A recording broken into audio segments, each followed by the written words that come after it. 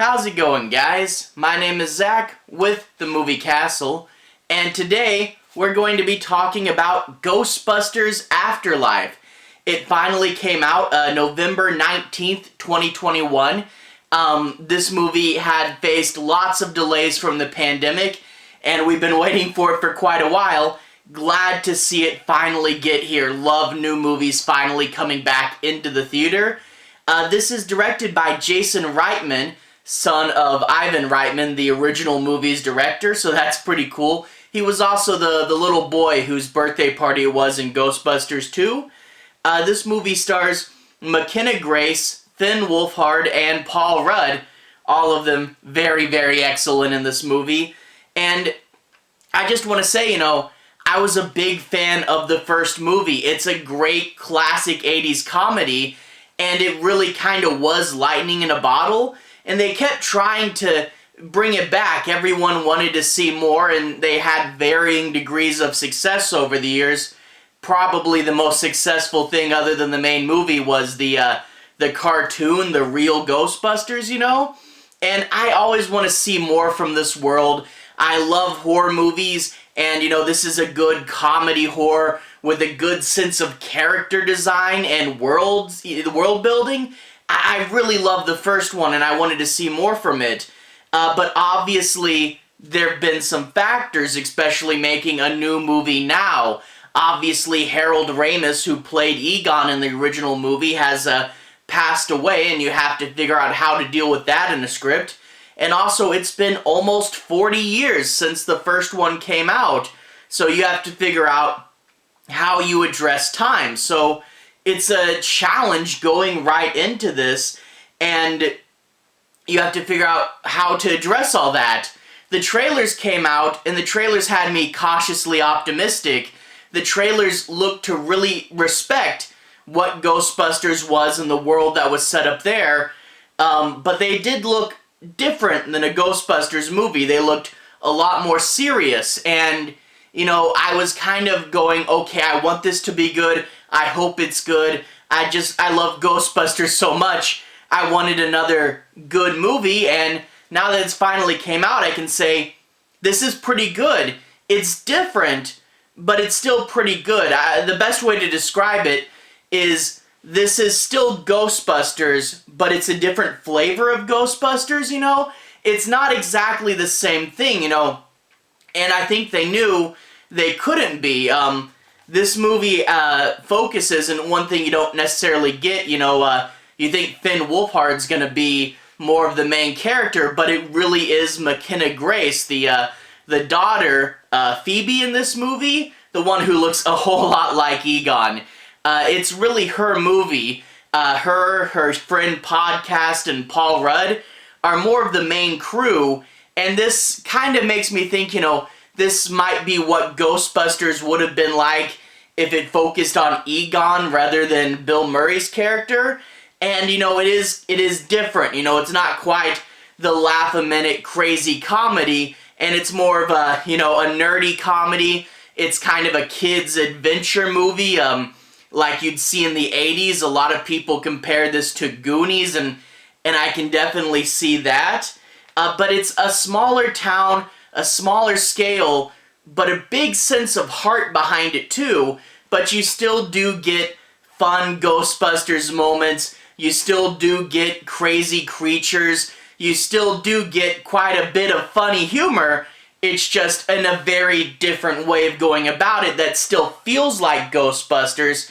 And they have enough callbacks to the original, Proton Packs, the Ecto-1. The original cast does appear for a little bit, and they kind of do a good job of making sure that it's first and foremost the story that you're telling us. It's first and foremost the new characters and what they're doing, and they let them stand on their own, and they really work to craft these characters, but they keep enough of the old ones too, where you don't feel like either group is being, pushed aside per se. Even though the original characters are just for a little bit in this movie, when they show up, they really do still have it. They still have that timing and camaraderie, and when you finally see them, it's the Ghostbusters again. but they did a good job of saying, you know, we're sticking to this story, but we're giving you just enough of the old one, where I'm hoping in a sequel they'll bring in the old stuff more, but they really do a good job of making sure this new story stands on its own 2 feet first, and making sure that we understand who the new characters are and we feel for them. You know, like I said, a ton of heart in this movie, and it really does feel like that. And also, this is heavily focused on the lore of the first movie. You know, a lot of people just go in and go, haha, Ghostbusters and stuff. The first movie really did have a ton of lore and thought behind it, and it really does take the lore from the first movie. I believe the second movie is still canon, they just don't talk about it too much. You know, the occult bookstore, and there's probably a few other things from the second movie, but it's just not super important here. But yeah, I do like returning, you know, to the lore of the first movie. I really did like all that stuff, you know, so that was really fun as well, and I really am glad that this movie came out as good as it did. You know, the beginning part, it might take a minute to get going, but, you know, it does do a pretty good sense of scale, where it starts off, you know, a relatively normal, moving into a mysterious house movie, and then you get all the crazy interdimensional stuff at the end. I really did like this movie, and I definitely recommend it. Just know it's a different feel. You know, this is the first one outside of New York, but like I said, it's still Ghostbusters, just a different flavor of Ghostbusters. And all that being said, let's go ahead and talk a bit about the plot. I'm not going to be doing any major spoilers, but I do want to say my piece on a few of the plot points and make sure you guys have a basic understanding as to what the movie's about. But I talk about it a little more than a lot of people, so if you don't want any spoilers at all, just know that I thought this movie was pretty good, but know that it is a different tone, but it's still the same world, you know? So I definitely recommend checking it out. If you don't want to know any more than that, then that's what it is. But let's go ahead and talk a little bit about the plot. I won't talk about the ending or anything. But we open up with Egon. This was one of those things that I was really glad to see. You know, I was worried they'd just write him off camera and we wouldn't get to really know too much about him. We open up with Egon running through the night. He's in a car chased by something, clenching a ghost trap.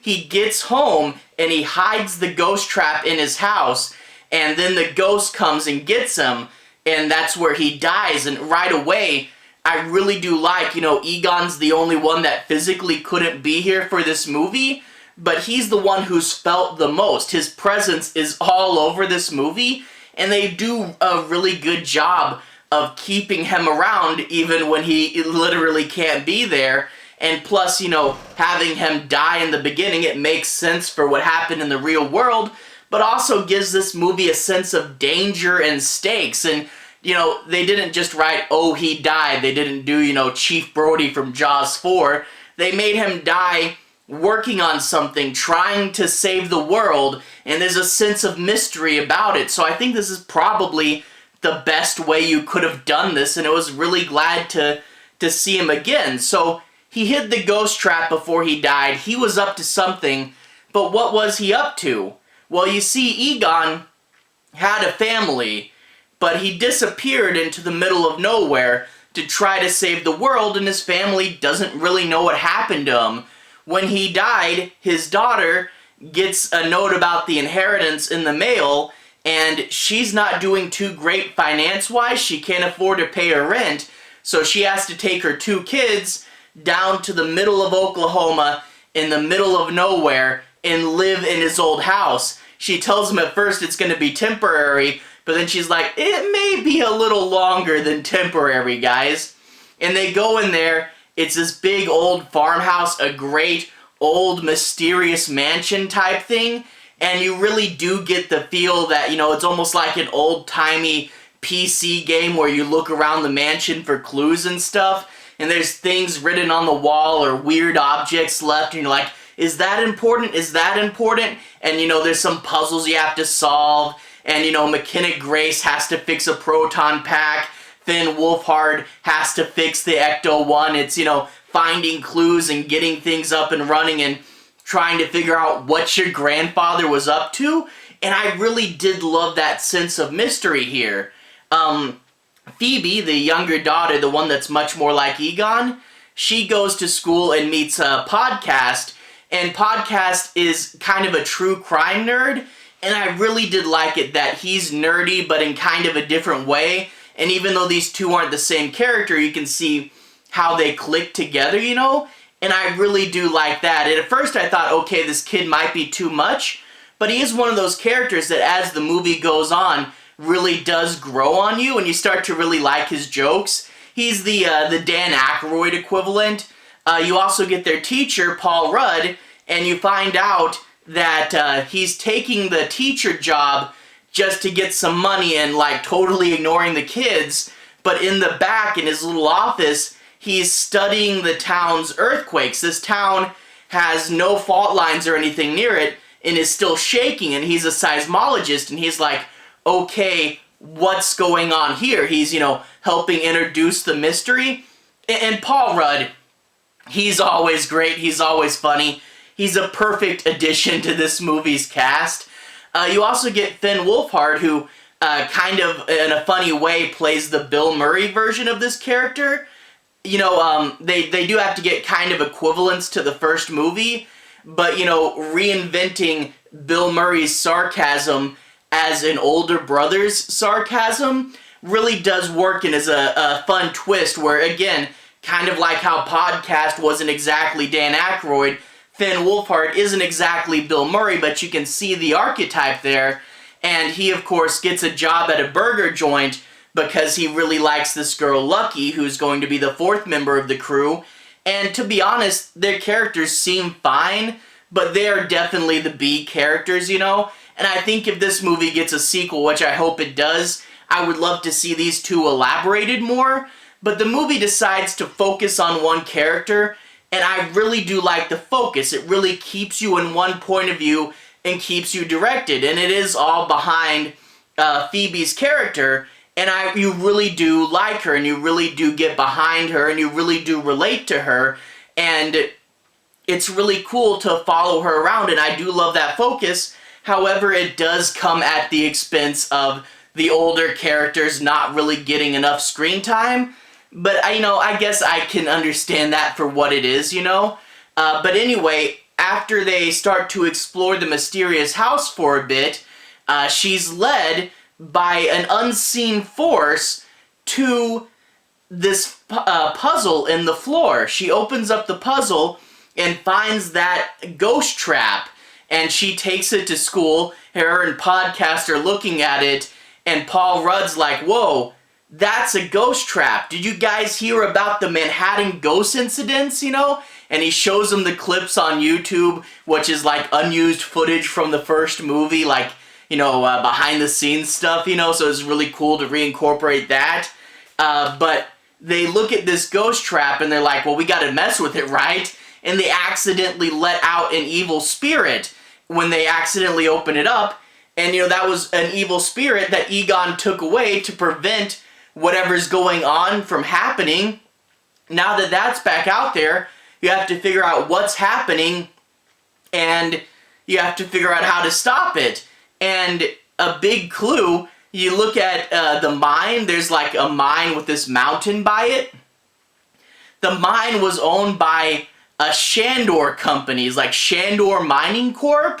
And if you guys know your Ghostbusters lore, you're like, wait, Ivo Shandor was the guy who built the apartment building in part 1.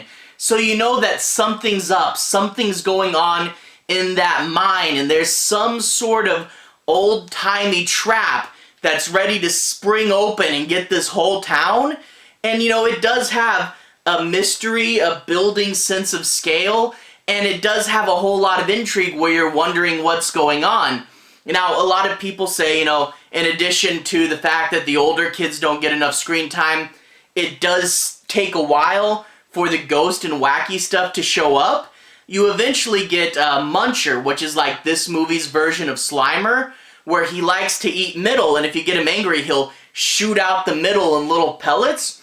And I think it's a good kind of reinvention. You know, it would be really weird if Slimer happened to show up again, but you have a character that's like him, Muncher, Slimer, green, blue, doing different things. He still likes to eat, but this time he's eating pipes and stuff. I really do like this character, and that's the first ghost that they have to hunt, and it's much longer in the movie, but the fact that they're kids and they're having to figure this all out from scratch, when they do have to finally hunt him, it feels big and it feels earned. And there's a few other callbacks. You know, you saw the Terror Dogs are back if you watch the trailer. These bags of Stay Puft Marshmallow Men come to life, and you get the mini puffs, which are really just fun and adorable and crazy, a little bit like the mini ashes from Army of Darkness, and that's all really cool. So yeah, it does take a minute to get going, but when it gets going, it feels earned. And you know, the Ghostbusters references and stuff to the first movie really do feel like something that you dig up over the course of this movie and get bigger going on towards the end as well. And I really think, you know, given the constraints of, you know, how much time had passed, granted that one of the actors himself had died, you know, it's really amazing that you pulled out a movie this good, and I really think it's the best they could have done. Yeah, it's a little slow. Yeah, the two older kids get pushed aside a little bit, but I really do want to see more with this world, and I really did like it. You know, like I said, Ghostbusters, but a different flavor of Ghostbusters. And I really do want to see them make more Ghostbusters stuff. You know, hey, make a new Ghostbusters cartoon, why don't you? I would watch that too. The real Ghostbusters 2. Anyway, to everyone who's watched so far, thank you for watching. To everyone who's liked and subscribed, thank you. You really are helping the channel out. I'll leave a relevant playlist on the bottom. If you guys want to see more, you can click there and see more. This should be my 2021 playlist, so if you want to see me cover other modern movies, primarily horror, you can click right there and see more. Have a good day. I'll see you guys again very, very soon. Relevant playlist on the bottom. Have a good day now.